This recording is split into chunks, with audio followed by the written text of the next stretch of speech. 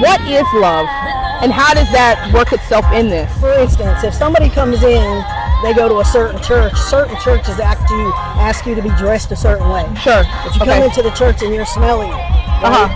But as far as love goes, we're to love all. No matter if that person's sitting in the back row that stinks very bad and comes in, they're looking for something. What is love? So does love mean that I approve of everything that you do and I don't what exactly is love? Okay, so and what does it do? So even if let's say for instance the politics crap going on, we don't like to bring up a lot of that, but sure.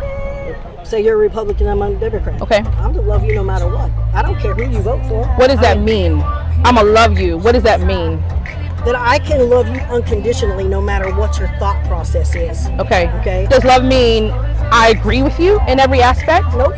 You don't have to. You can love, you can disagree, agree to disagree. Okay. Okay, but I can still get along with you. Okay. I can still hang with you. I can still care for you. Even if you don't just have all the values I do. So, of course, all churches are not great, but there are many churches out there who would say that they do that I love you in spite of the fact that I disagree with you.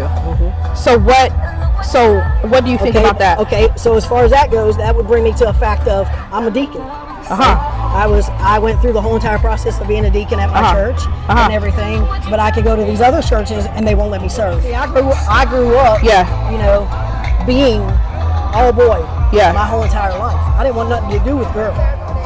So when I got old enough, I transitioned. I'm completely transitioned. And I don't think anybody really is going to understand it completely unless they would have to go through it themselves and go through the pain that we endure each and every day. Even if somebody's not transitioned as far as I have, you know, and they can't because they're too young, you know, those kind of things.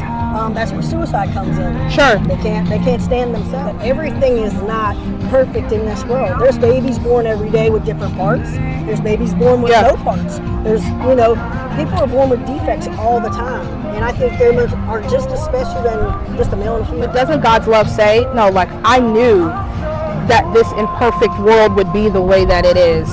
So that's why I sent my son Jesus. So you don't have to succumb to the imperfectness of the world. Imperfectness is not really a word, but do you see what I'm saying? Like, I think some people would say, okay, well, yeah, we know you have this physical abnormality, whatever it is that you want to call it, but that doesn't mean that you are intrinsically something else. Like God's love can cover that and deal with that without you having to make that kind of serious transition to being something that you are not. That's what people say. What would you say to that? I would still disagree with you.